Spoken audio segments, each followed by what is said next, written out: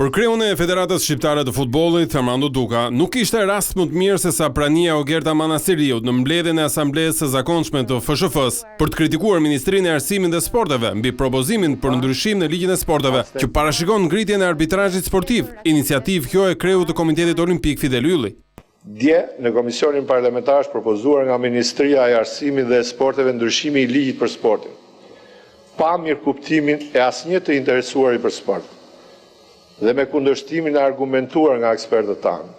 Ai synon të krijojë një arbitrazh sportiv klientelist, as pak të pavarur dhe jo profesional. I bëj thirrje për reflektim Ministrisë së Arsimit, Komisionit Parlamentar dhe Parlamentit që të mos ta votojë atë ligj, por të bashkëpunojmë të gjithë me gjithë federatat sportive, grupet e interesit dhe të prodhojmë një paketë ligjore që të shërbejë zhvillimit të sportit.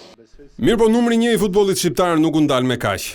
Nëse Manasiriu tha se qeveria ka shpenzuar miliarda lek gjatë këtyre viteve për infrastrukturën sportive në vend, ai u kundërpërgjigj duke deklaruar se Ministria e Arsimit dhe Sportit duhet mbajë premtimin për të mbështetur financiarisht kampionatin evropian të 17 vjeçarëve që u zhvillua në Shqipëri pak javë më parë. Jemi vërtet krenar që në 10 vite ne kemi mbështetur infrastrukturën sportive me rreth 9 miliard lek, duke investuar në stadiume, duke investuar në parqet olimpike, si ai Tiranës, si Korçës. Në fakt, kur kandiduam për të qenë mikpritës të këtij turneu, kishim një premtim nga Ministria e Arsimit për mbështetje financiare, por gjërat tani nuk kanë ndodhur. Urojmë që në ditën e vijim Ministria ta përmbush këtë angazhim të saj. Në të kundërt do na vënë në pikpyetje për aktivitetet e ardhshme.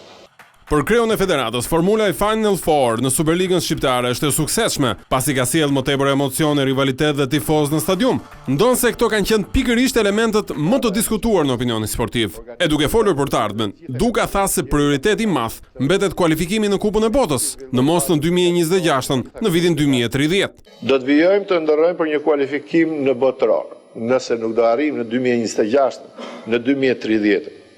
Do të synojmë kualifikimin në kampionatin evropian 2028. Do të synojmë kalimin e grupit me ekipin U21 në kampionatin evropian 2027. I vetmi lajm që prodhoi asambleja ishte vendimi për të pezulluar zyrtarisht marrëdhëniet juridike të FSHF me Komitetin Olimpik Shqiptar.